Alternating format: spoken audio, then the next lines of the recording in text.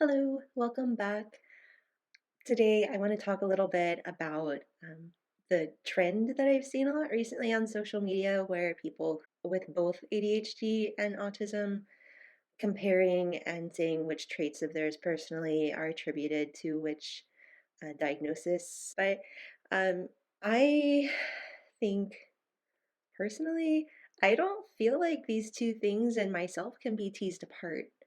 I don't think it's that simple as making a list of like, here's this is autism right here, and here's this, and this is ADHD, and that's it. Or like they combine and they like fight each other somehow in my brain, and I'm like, I don't know, kind of.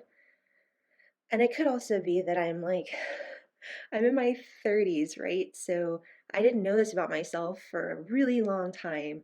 And they've always had to find a way to work together. And so, my opinion, my experience is that they kind of work together in a way that's hard to describe because I still am figuring it out, but I don't see them as one or the other. Anyway, I'm just saying this as that, like, I don't think it's that simple. I think it's really nice and cute and like packaged well when you can put together something that says, like, this is this and this is that. One example I was thinking about is like how my special interest, which is something that's kind of considered an autistic thing, mash up with my like need for new hobbies, which is considered kind of like an ADHD thing.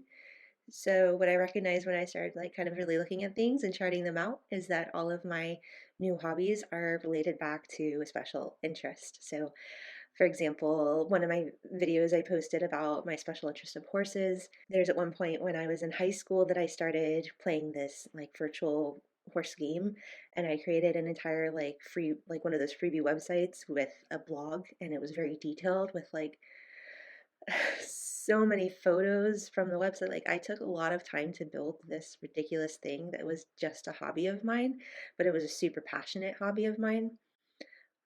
So yeah.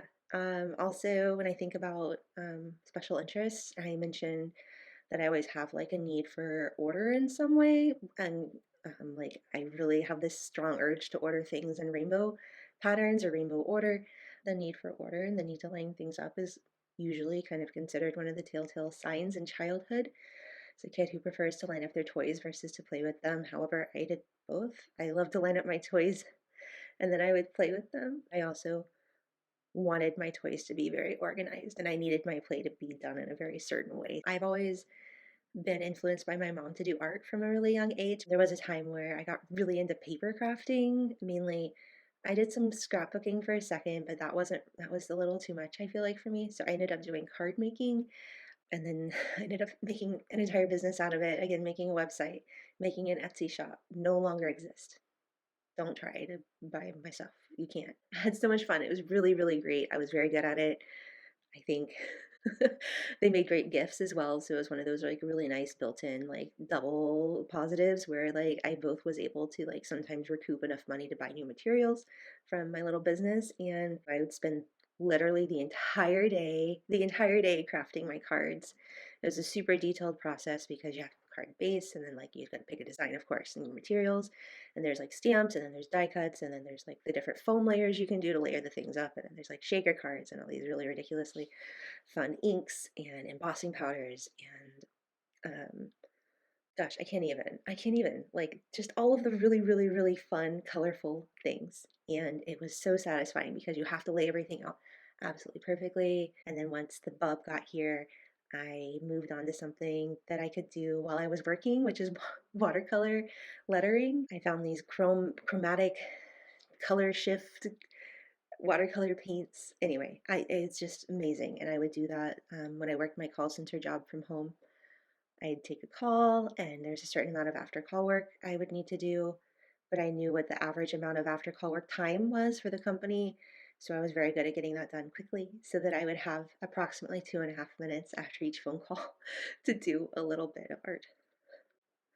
I'm, I think that experience is so uniquely AUDHD. That's autism and ADHD playing out together in some sort of like not plus, not multiplied, like it's they feed into each other in different aspects that are really hard to tease apart. Also related to my like need of color and order, I recently discovered AI images, which is a whole like can of worms.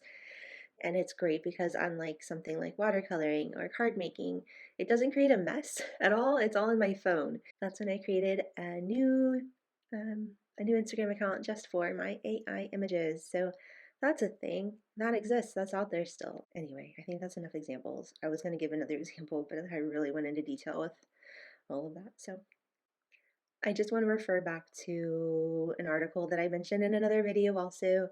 That was Berg et al., which is a 2023 study from molecular autism. And that was the one that studied the like cortical thickness and surface area of certain areas of the brain for those with autism, for those with ADHD, and for those with both autism and ADHD, and confirming that that study found that those were three very different brains. Three different brains. They create a completely different neurological something. Anyway, I think that's all I have for you. Thanks again. I hope you have a great day. Take care. Bye.